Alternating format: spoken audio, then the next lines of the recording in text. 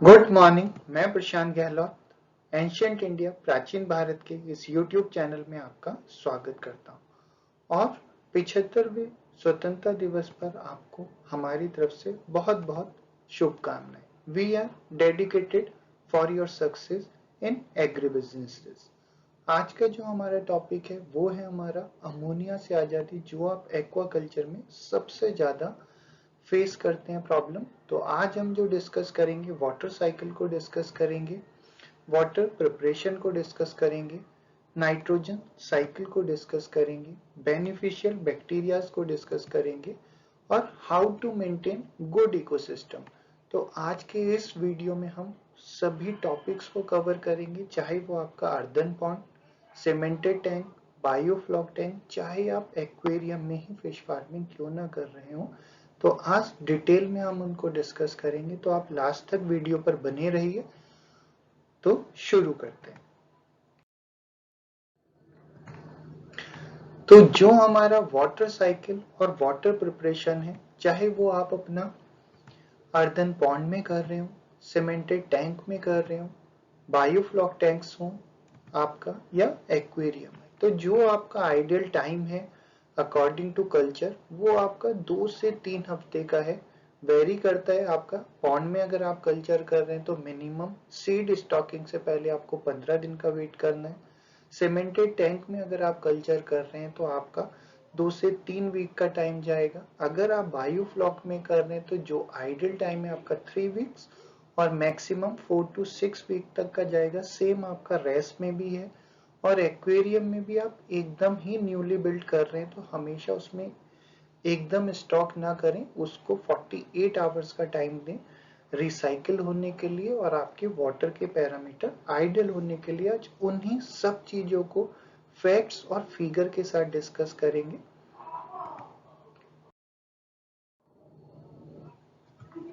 तो जो आपका वाटर साइकिल और जिसे हम बेसिकली नाइट्रोजन साइकिल भी बोलते हैं, जो आप हमेशा अपने कल्चर में कवर करते हैं 10, जो आपका स्टैंड्स करता है टोटल अमोनिया नाइट्रोजन और उसमें NH3 और NH4। NH3 जो आपका स्टैंड्स करता है वो आपका अमोनिया है और जो NH4 है वो आपका अमोनियम है। और जो आपका NH3 है तो वो आपका किलिंग गैस है, NH4 लेस हार्मफुल है। तो आपके साइकिल को मेंटेन करने के लिए दोनों ही रिक्वायर्ड है। और जैसे ही आप अपना फ्रेश वाटर से कल्चर स्टार्ट करते हैं तो ये सब चीजें अकॉर्डिंग टू आपके कल्चर मेंटेन होता जाएगा। और ये पूरा साइकिल अगर आप कमर्शियल लेवल पे फार्मिंग कर रहे हैं तो 1 वीक से लेके 4 वीक तक का टाइम लेगा, जिसमें आप देखेंगे कि इनिशियल में आपका अमोनिया स्पाइक कर रहा है तो बढ़ेगा वो धीरे धीरे धीरे धीरे, जैसे जैसे उसकी फेवरेबल कंडीशन होगी वो डाउनग्रेड होता जाएगा। पर ये डे टू डे टास्क है आपका, ये रोज ही बिल्ड होगा, आपको रोज ही उसको कंट्रोल करना होगा। अगर आप उसको कंट्रोल नहीं करेंगे तो वो अपने हायर स्पाइक्स वैल्यू पे चला जाएगा। यूनिट जो है आपकी उसकी मिलीग्राम पर लीटर है और ppm में आप उसको मेजर करते हैं। और जो आपकी लेस है 0 ppm, 0.25 ppm, 0.50 ppm। और जो आपका 10 डिनोट करता है मेजरली बेस है आपका, वो आपका पीएच और टेम्परेचर पे। अगर आपकी दोनों कंडीशन आइडियल है तो आपका फिर भी लेस इफेक्टिव होगा, क्योंकि 10 में आपकी अमोनिया और अमोनियम दोनों की ही वैल्यूज है। तो जब भी आप वाटर साइकिल को करते हैं तो सबसे पहले आपका अमोनिया स्पाइक्स होगा, अमोनिया बढ़ेगा, धीरे धीरे वो डाउनग्रेड होगा। उसके बाद आपका नाइट्राइट जो आपका NO2 है, जो किलिंग है आपका एक्वाटिक एनिमल्स के लिए, तो पहले वो स्पाइक होगा और धीरे धीरे धीरे धीरे जैसे जैसे आपका इकोसिस्टम मेंटेन होगा वो आपका रिड्यूस होता रहेगा। और इसमें भी आपका 1 वीक से लेके 4 वीक तक का टाइम जाएगा। और थोड़ा सा आप उसको टाइम दें उस कंडीशन को फेवरेबल कंडीशन तक आने में, और धीरे धीरे वो भी आपका 0 ppm आ जाएगा। और हमेशा कोशिश करें कि इस बीच में आप कभी भी वाटर चेंज पर ना जाएं।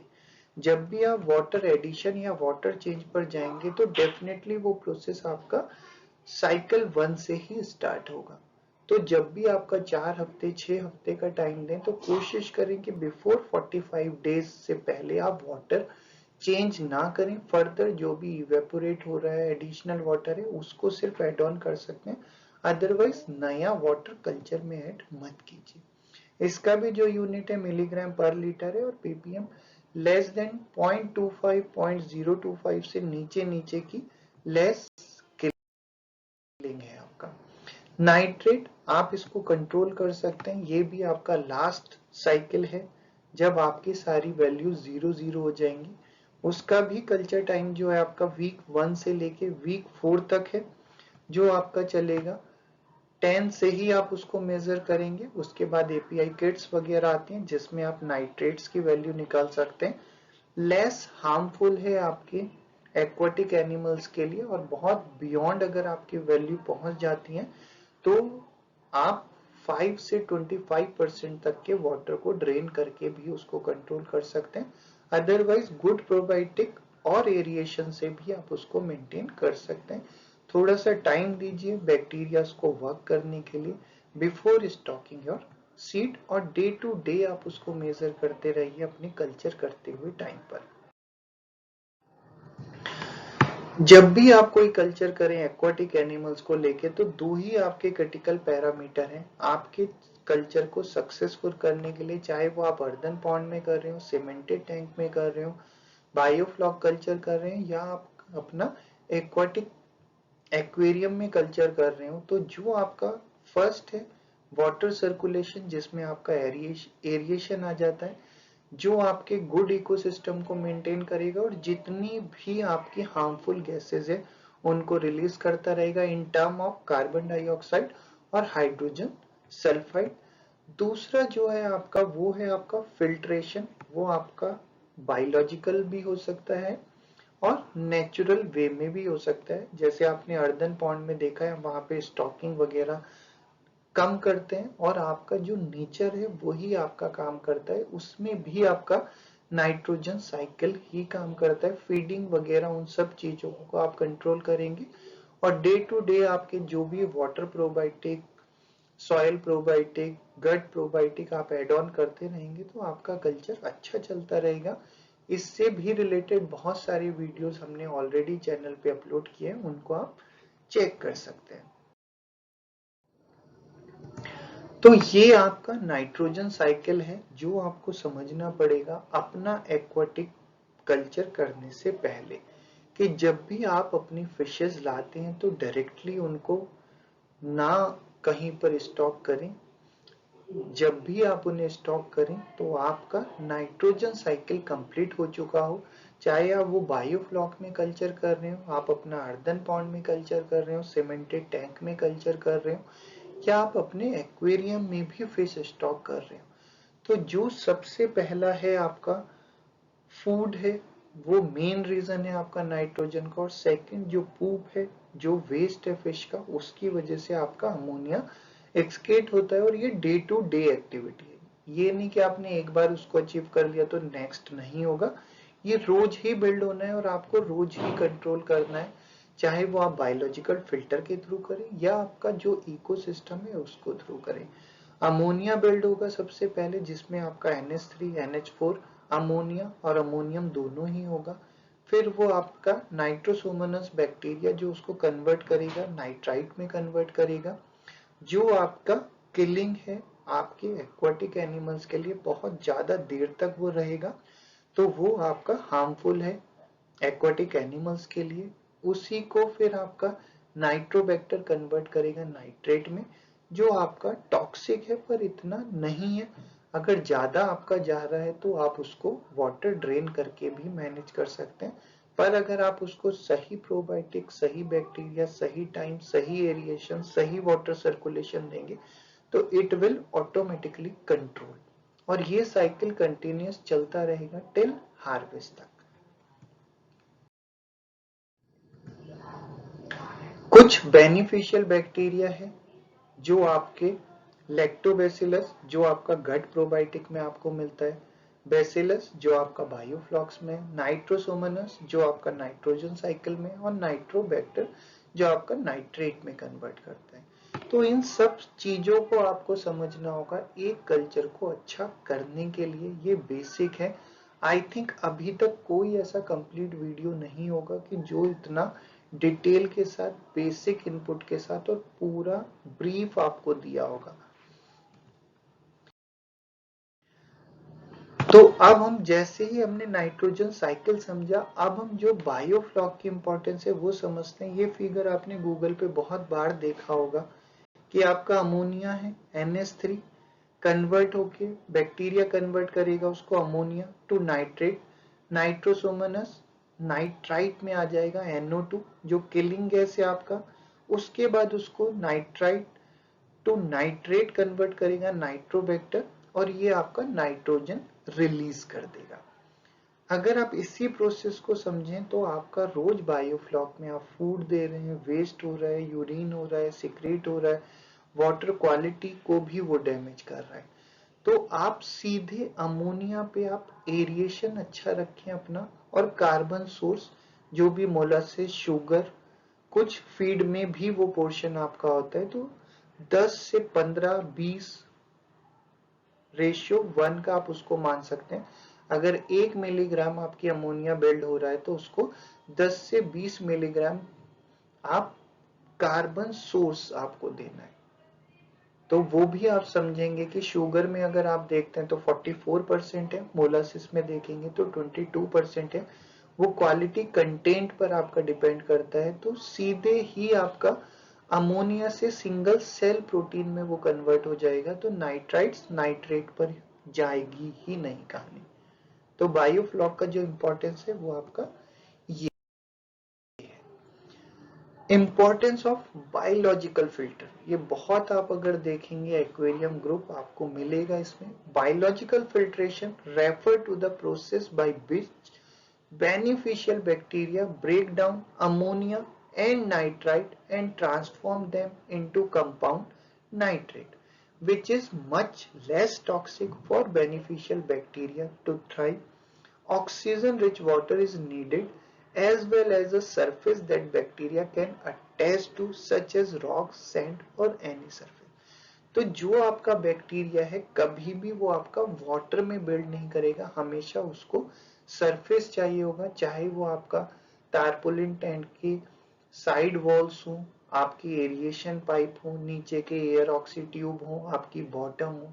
सेम पॉन्ड में भी आपका वैसा ही रहता है। एक्वेरियम में अगर आप देखेंगे तो ग्लासेस पे आपको येलोइश येलोइश कलर के दिखाई देंगे, तो वो सब आपके गुड बैक्टीरियाज हैं।